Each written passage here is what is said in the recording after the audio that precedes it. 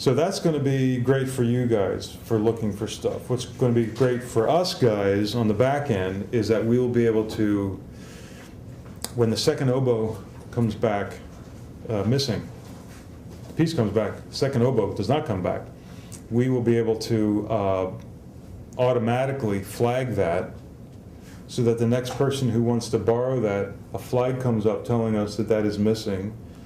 It will set in motion notifying the borrower that it is in fact missing and you owe it, or you owe this money, and then it'll kick in something else, which means that we either have to buy it or we have to reprint it. So all that will be, we do that all now, of course, but on paper we mark the cards, and we have to make sure that that copy goes there and this copy goes to that person, because you got to keep track of all that stuff. This will automate all that stuff. So on the back end, also the people who owe money, okay, or something comes back late, we send out notifications now, we call them on the phone, this will automate all that stuff. So it's going to be an actual integrated e-commerce, they tell me that's the term, e-commerce system that has all this stuff. Nothing like this exists anywhere to the extent that we want to have this, including down, as I say, to the individual instrument. If you knew subject terms, you could find a lot of things with subject searches, but this catalog won't tell you what the subject terms are. A way around that, though, here is if you want to find, I don't know, say a piece for tenor and orchestra, right? If you can think of a piece for tenor and orchestra, which I'm not thinking, oh, that Schubert thing, yeah, that's for tenor and orchestra. I mean, the Ippolito Ivanov piece. An Episode in the Life of Schubert, that's the title, thank you. We can fix that later, right? In the mix, we'll fix that. That's for tenor and orchestra. If you want to find another piece for tenor and orchestra, go to that piece. Find what the subject term is for that piece. Copy that, paste it into a search term, and do a subject search. And that'll give you everything under tenor and orchestra that we have.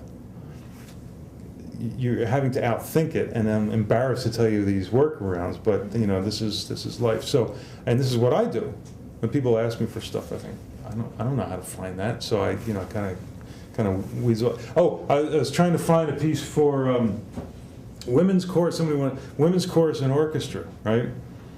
So I looked up nocturnes of Debussy. I thought, okay, what's the subject term that they use on that? And so I used that, and I found a list. Actually, I found a problem which we had to fix in the catalog. But anyway, so that's a way you can do that. You guys must have questions, and must. I insist that you ask me something. Yeah, Wilson. So you've got many more scores without parts than scores. I mean, you've got more scores that don't have parts than. Is there an ongoing? Is your criterion that there's performances coming up and you think there'll be many more that you copy parts out for, or are you just little by little still copying out parts? We do it on an ad hoc basis now.